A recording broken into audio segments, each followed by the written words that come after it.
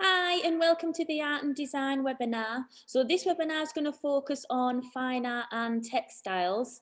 So if you are interested in asking anyone questions, please do pop them in the Q&A and we will answer those questions live for you. So what we're going to start with is we're just going to introduce the staff and then we're going to move on to talk about the individual subjects. So if I can just pass over to Carol. Hi, oh, sorry, my voice came out really high there, sorry. Hi, I'm Carol Sommer and I teach fine art. Thank you, Carol. And Simon? Hello there, I'm Simon Gregory and I teach fine art and photography and I'm course leader for Art Foundation. And Sarah? Hi, I'm Sarah and I teach textiles, I teach fine art and I also teach on the Art Foundation programme as well. And Rachel? Hi, I'm Rachel. I teach on textiles, photography and the Art Foundation. Thank you. Right, okay, so what we're going to do now is move on to talk about fine art. So Simon, can I ask you for a course overview, please? Yeah, sure. So the A Level programme is very much geared towards people generating a set of personal skills to use and develop a kind of personal creative identity, to develop a personal project in fine art. So over the first year, you'll participate in a load of workshop-led sessions, exploring loads of different approaches to making, to drawing. You'll get a chance to try lots of different processes ranging from sort of 3D processes, lens-based processes, digital, and like obviously the more traditional approaches like painting and drawing. You'll try out some print processes as well.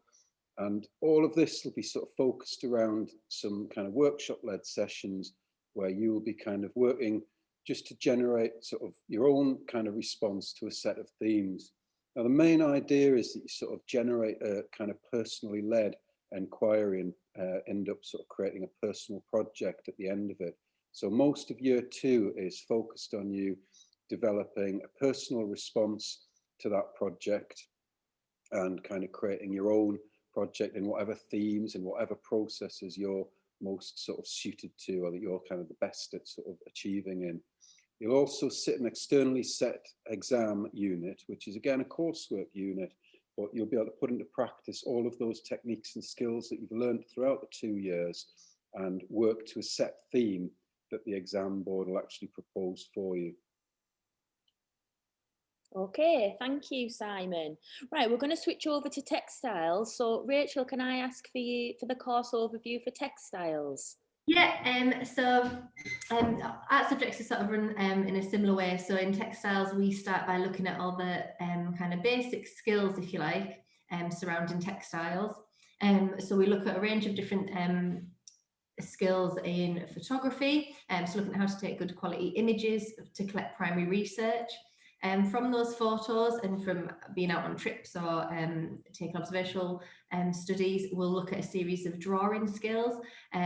So a lot of students sometimes come to us and ask, do I need to be able to draw to do textiles? And sort of everyone has the ability to draw. We're not looking for students who can sort of draw like a kind of photo image of something. We teach you how to do different drawing techniques to create more abstract imagery. So looking at continuous line, using different materials, using carbon paper and all kinds of different things like that. We then look at how we can take photos and drawings into digital manipulations to create different types of pattern work. So we use Photoshop to do that.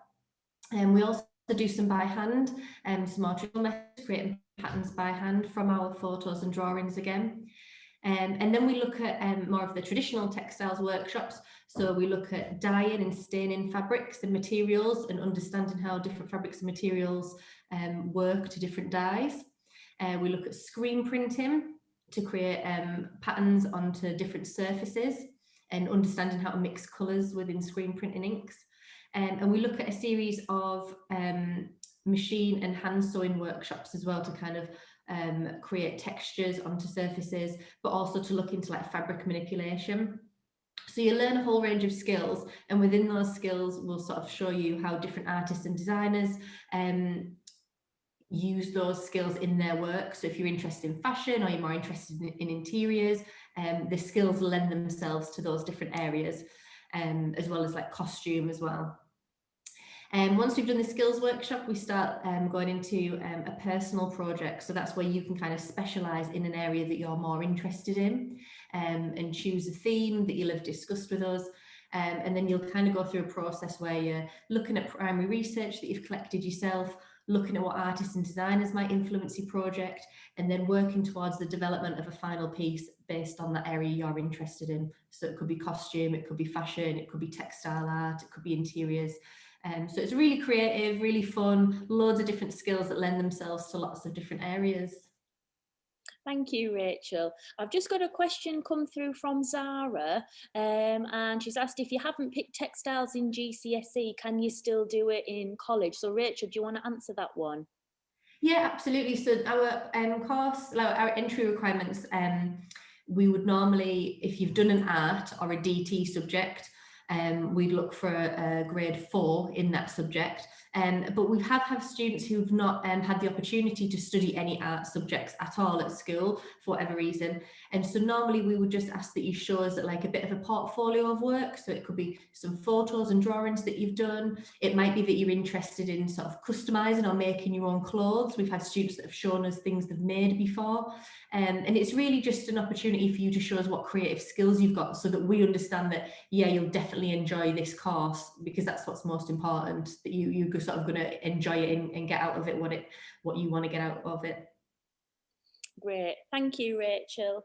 We're going to move back over to fine art. So Sarah, would you want to share some information about the fine art facilities at college? Absolutely. I mean, I think Simon's covered a lot of things that we do on the course, but if you look behind Simon's head and Vicky's head, you can see two views of the studios that we work in. Those studios are multifunctional. We offer use of Apple Macs, etc. You can see those around the room, so you can do digital work. There's large easels for painting and drawing in workshops. We also do workshops in terms of 3D work, so plaster and clay. You can use all sorts of different techniques. So it might be that you, say for example, you do another subject, you want to bring in some skills from that subject. But the facilities in the space there, as you can see, 2 large studios are full of exciting stuff that you can explore. Okay, so we're quite open in fine art as to what you explore with. Thank you, Sarah. Now, if we're moving on to looking at the facilities in textiles, Rachel, do you want to talk a little bit about those facilities you have? Yeah, and like Sarah said, the fine art studio is huge, and what's nice about the art department is we're all on the same floor, except for photography, which is a bit newer, but we've got graphics, textiles, fine art and art foundation all on the same floor, so we're able to like sort of share resources and facilities, which is really nice. So mainly in textiles, like I mentioned before, we've got screen printing facilities at Textiles where Sarah sat, so you can see some of the work on the walls. We've got the screen printing facilities, so you can create photo screen prints. So we've got an exposure unit upstairs, and we've actually got one downstairs in photography where you can expose your own screens, so you can put imagery onto screens that you can then print onto clothing. So you might have seen it on like t-shirts and tote bags, things like that are most recognizable. We've got the screen wash to go with that, so you can create quite large screens to develop prints and patterns in that way. We've got a whole range, how many, I always forget, Sarah, is it 20 sewing machines that we've got? Yes, 24. 24 sewing machines, so everyone can, you're not having to share too many resources and equipment. We've got a load of different we get a lot of things donated as well. So we have like loads of stock of like different fabrics for specialist projects, a whole series of mannequins to do fashion garments and fabric manipulation on, mono printing kits, all sorts of facilities really, actually. A photo studio, so you can do like fashion photo shoots in there when you've created a final piece, a whole range of things really. Thank you. I've got a textile question. So does textiles require homework? Sarah, do you want to answer that one? Absolutely. In terms of work, we do ask you to do work outside of class. And so that work might be researching artists, it might be continuing some of the work you've been doing in class. But when it says at home, you could actually come and use the facilities that we have in free periods that you have. So we offer most of the time a free studio where you can come and access it and use the facilities to help you. So if you need to do some digital work, you could access that here. But equally, we have things like Adobe Creative Cloud, where you can access some of these at home as well. So some of it you could do at home, some of it you could do in college, but there is the flexibility for you to do both. Okay. Thank you, Sarah. Okay, so we're going to move on to looking at careers and progression. So we'll start with fine arts. I'm going to hand over to Carol. Carol, would you be able to discuss some progression routes and possible career opportunities in fine art? Yeah, sure. So students who study fine art, some of them go on to be artists in their own right, and there's a wide range of possibilities for that. So for example, you might end up being a painter or a sculptor or a muralist or a conceptual artist or an illustrator. Often artists have some other kind of career as well at the same time to support their own practice, or people choose to go down those routes as their career. So that could involve maybe working in galleries and museums. So there's lots of routes there. So that might be curating, it might be working as part of an exhibitions team, might be working in the archives of a gallery or a museum. You could go down the educational route and become an art teacher. You could become an art technician. You could work in the community with different groups. So for example, people go on to work in doing art in care settings or in mental health settings. You could go into art therapy or restoration. There's many different types of career paths that you could take if you study fine art. And one route for students who study fine art at A level, the next step for a lot of our students is to go on and do the foundation course, which gets them a place at a good university. Thank you, Carol. I've just got a question there, Carol, that you might want to answer. So what's the difference between fine art and art foundation? So fine art at A level is students study purely fine art. So fine art is a self-directed subject, and maybe the difference between fine art and design in the first instance is that fine art design is to a brief. So you can be very creative within that subject, but you're designing something usually for a specific outcome. Whereas fine art is a bit more about you let the work lead the project. So fine art is you do something, you respond to it, you do something, and let that take its course. Let the work lead the project. And then foundation art comes after fine art or one of the design subjects, and it's studying at a higher level, and the course is intended for you to help you make the right choice for what degree course you go on to study. So there's loads and loads and loads of creative courses, and a foundation helps you get a portfolio together to apply to university, but it also, most importantly, helps you make your mind up which one of those specialisms you want to go on and study at higher education level. Thank you, Carol. We've got another question from Ruby. Would you say sciences link well with art? Simon, would you want to answer that one? Yeah, sure.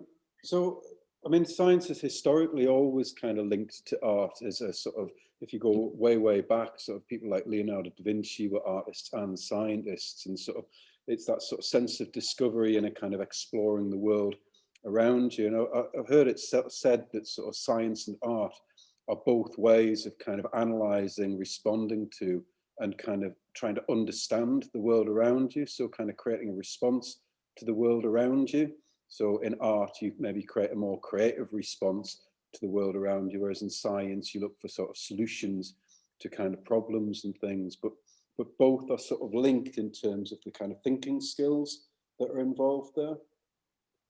Thank you, Simon. We've got another question just come through there. What would be the best thing to take if you want to do interior design in the future? Sarah, do you want to answer that one? I would say any of the art-based subjects would be acceptable to progress into interior design. If you chose textiles, you're going to learn about sort of repeat print, patterns, wallpaper, and digital sort of developments. If you do graphics, you're going to learn drawing skills and how to develop those digitally as well. If you do fine art, you're going to learn more about sort of 2D and 3D things in your initial stages, but all of them would allow you to progress. It depends what aspect of interior design that you're interested in, whether it's more the decoration or it's more physically the space, more the architecture and how you move through that space, as to which one I would suggest to go down. But all of them will give you skills to progress to the next level. Thank you. We've got some more questions coming through about exams. So I've got what exams are there, and then an exam specific question. So for textiles, what do you do in terms of exams? So Sarah, do you want to talk a little bit about exams, because obviously there is some crossover? Absolutely. So in terms of exam, well, in terms of structure of the year for all of the art subjects, there's two components. The second component is set from the 1st of February. You get an exam paper from the exam board and you spend a period of time researching artists and designers, finding what it is that you want to investigate and starting to develop your ideas with materials, with design. If it was fine art, you might be sort of exploring, and then as Carol said, you take a step back and you go, okay, where do I go now from that? So you explore and develop your ideas, and then in the exam, which is 15 hours at the end of it, you make a final piece over 3 days.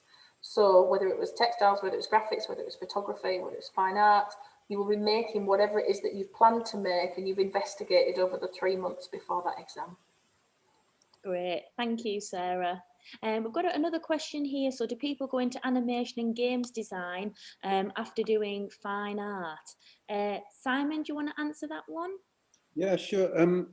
People have progressed to games design and animation after doing fine art, but generally speaking, students who have that sort of leaning towards sort of character design, game design, they'll often do the graphics course. Now, they may do other creative subjects as well, but like generally speaking, it would probably be the graphics course if you wanted to take other A levels that were non-creative. I would tend to recommend that you do the graphics and illustration course, graphic communication course. What I'd also say is it generally helps beyond that if you then do art foundation, and that would give you the chance to really develop a very, very specialized portfolio that was geared purely towards games design. So all of the A-level subjects are curriculum led to an extent.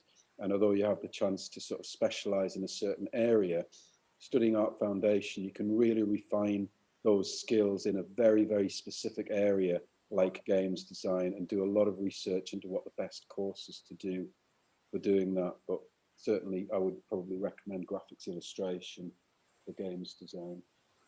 Excellent, thank you, Simon. Obviously, just to let you know, there is another webinar that starts at 5, which is going to focus on graphics and photography, so it might be worth joining the next webinar. So thank you for your question. We've got another one here about how many hours a week will you be given to do your art. So for all of the art subjects, you do get 5 hours of taught lessons a week, and then the expectation is that you can work up to 5 hours in your own time. So you will have free study periods on your timetable. So as Sarah mentioned previously, you will be able to come in and obviously use the facilities when you have a free period on your timetable. And then we've got a question from Lucy. So if I choose both art and textile, do you think it would be too much work? Rachel, do you want to answer that one? Yep. Choosing 2 art subjects is no more work than when you're choosing any other A levels. Their A levels the same. What you need to think about is whether you sort of enjoy that creative aspect enough to be able to come up with 2 different ideas for your project work simultaneously. So yes, there's more kind of, you'll be doing like, you know, say 2 lots of drawings or 2 lots of photography work, or 2 lots of sort of generating of ideas.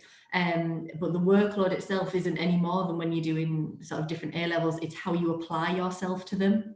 So we've had loads of students before that have done 2 or even 3 art subjects at once, and they've managed perfectly well. You know, and you can compare it to doing an art subject and a sort of heavily based coursework subject in another area. It's still a lot of work. It depends how you manage your time. So I wouldn't ever put somebody off doing 2 or 3 art subjects. You know, if I could go back, I would do 3 art subjects at A level if I had the choice, to be perfectly honest. Thank you, Rachel. And there's just one last question there. So what humanities subjects pair well with textiles? Rachel, do you want to just answer that one quickly?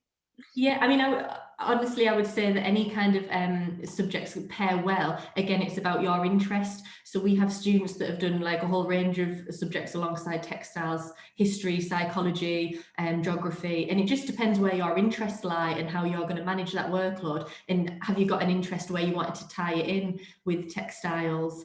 For example, if it was geography, you might have more of an interest in the outdoors and therefore create something more about outdoors within your textiles work. Great, thank you. Well, that does bring us to the end of our webinar. If you are interested in hearing more about the photography course and the graphics course, that is the next webinar that is going to be starting at 5 o'clock. So we might see you there.